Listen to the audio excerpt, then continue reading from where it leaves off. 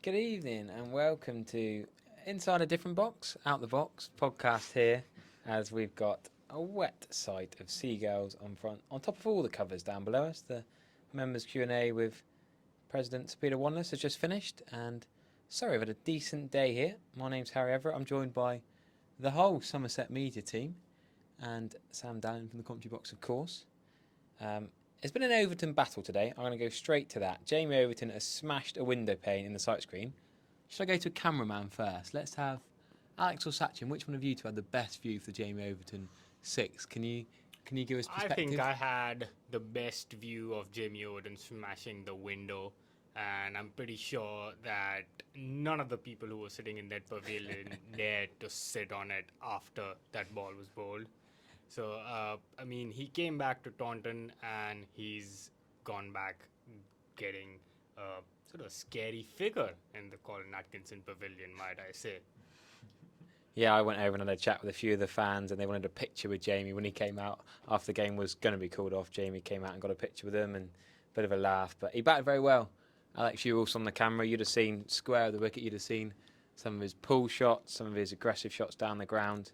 Hits the ball hard. Got 42. Good knock. Yeah, no, he's very impressive. It's just the pure. He's such a pure power batsman, isn't he? When he gets in, his stroke play is very James Craig-esque, and he took the game away from Somerset a little bit. And yeah, he's very impressive, especially after the impressive performance with the ball yesterday as well. I was watching on and filming from the cameras. I was dreading it actually come to me at one point after seeing what happened with the Colin Atkinson and smashing one of our lovely cameras. So glad I didn't do that. But yeah, very impressive from Jamie today. Now, before Jamie Overton came in, we had a twin pair of 99s, not flakes, not with an ice cream. A bit cold and wet for that today, but Tom Latham and Will Jacks, two Test cricketers, quality players. Sam or Ben, who wants to talk about Tom Latham and Will Jacks? Serious batting. And, Somerset didn't necessarily bowl badly, very good batting. Look, they're both classy players. It's a classy side. We have not mentioned the fact that Jamie was dropped by twin brother Craig. I was trying to gloss over that. I know we were trying to gloss over that, but that did happen. It did happen. It was not Somerset's day, and those two batted beautifully. It's like this juxtaposition of emotion for them both, isn't it? There's like kind of gory glory. It's wonderful they made 99, but both fell just one shy of that milestone. But they put Surrey in a very strong position. They're very different players. Latham, he's a name that every cricket fan knows, but maybe people don't quite give him the dues he deserves. Like, this is a bloke who's played 74 tests, averages north of 41 in test cricket, and may well lead his country to an ODI World Cup later in the winter. So he's a proper quality player. He's very like deft touches when he scores a lot of runs square of the wicket, kind of running the ball through that empty third position.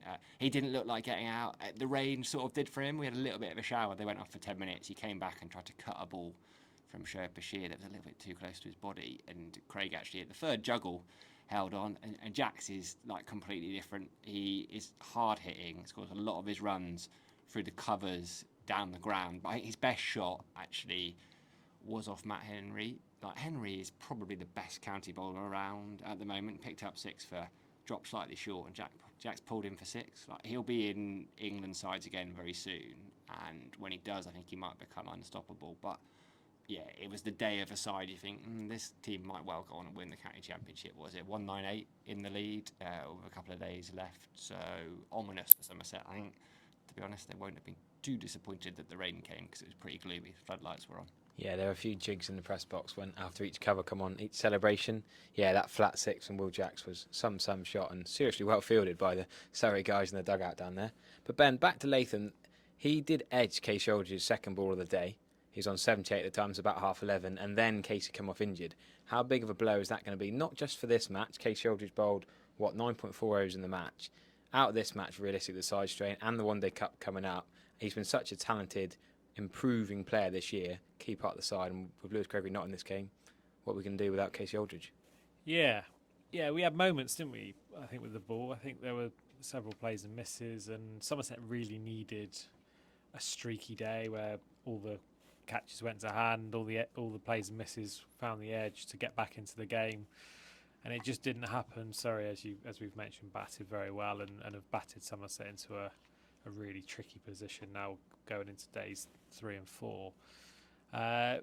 Casey, hopefully, by a kind of interesting footnote was that Tom Kohler-Cadmore, one of the senior members, made sure that he went off when he did. I think Casey would have carried on bowling if had that not been for TKC intervening, and hopefully that means that they've got the problem before it can get even worse. But sides are tricky for fast bowlers. You never really hear of side injuries that go away in days. It tends to be weeks.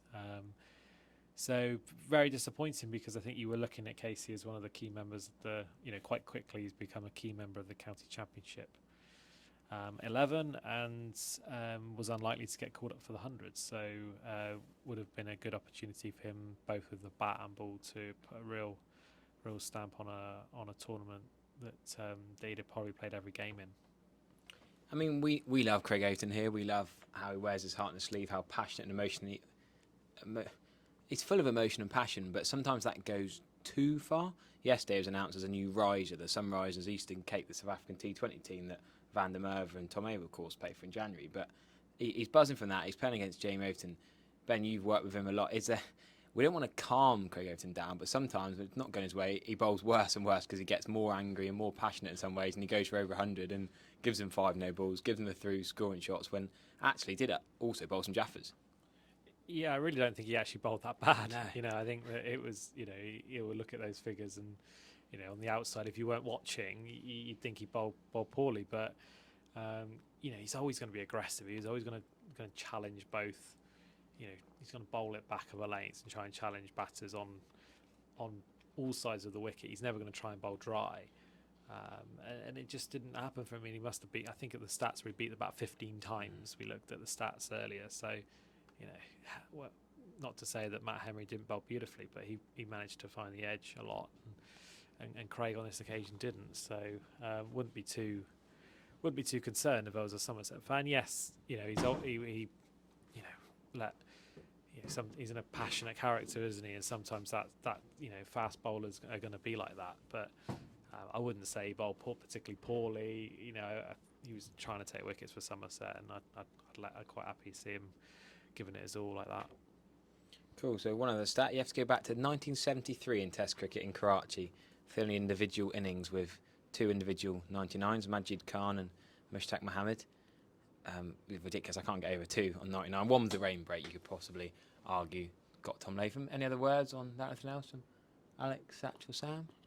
I guess one thing I would chuck out there, just as a more open discussion, is I think teams generally in the county championship a little bit prone to maybe not declaring early enough. Ooh. I would suggest. I thought today there probably was 20-30 minutes where Surrey have got themselves in a very handy position for themselves, and with the conditions like it was, would it have been a good option to try and put Somerset in a little bit earlier than they had instead of getting bowled out? I know obviously that might be picking hairs a little bit, but it's been a big discussion, especially in the test match. I think bowling points is the straight answer. Yeah. Batting points, bonus points. I think they could have got 400 if those two stayed together. They could have got 400 for an extra batting bonus points. I don't think many teams will declare before 110 overs in a first innings because they want to pick up as many points as possible. But I know what you mean. The forecast for tomorrow and Friday is slightly better. So Surrey will still say they've got enough time to bowl Somerset out. But anyone else got anything else want to comment on that? Ben? I would just be interested to see what you thought about what are the exit routes for Somerset here. Is there an exit strategy out of this? Yeah, it needs to keep pissing down for the next couple of days. Look, this is it could happen, right? Somerset have been in situations before this season, the Nottinghamshire game, where they've looked behind it. I'm not saying they're going to win by 400 runs. That ain't going to happen. Physically can't happen. But look, there's no shame like in this. Surrey are a brilliant side. Like, there is a reason that what was once a title canter has become a bit of a race. Essex are probably going to win. Jamie Overton bowled 4th change for Surrey. Like, they're brilliant all the way through. Like, they could bat out a couple of days. I hope they do. Like, I really do. It would be be a bit boring, but it would be wonderful if they bat for the next day and a half. I think it's a very tough ask because they are just going to be rotating. They've got Will Jacks to bowl spin, and they've got 5 frontline seamers. Like, they need a little bit of luck, a little bit of weather, and a lot of patience, I think, to get anything. Yeah, that's probably all that needs to be said. We'll be back on comms just for 11 tomorrow. Do join us or come down to the ground if you can. Tickets available on the gate.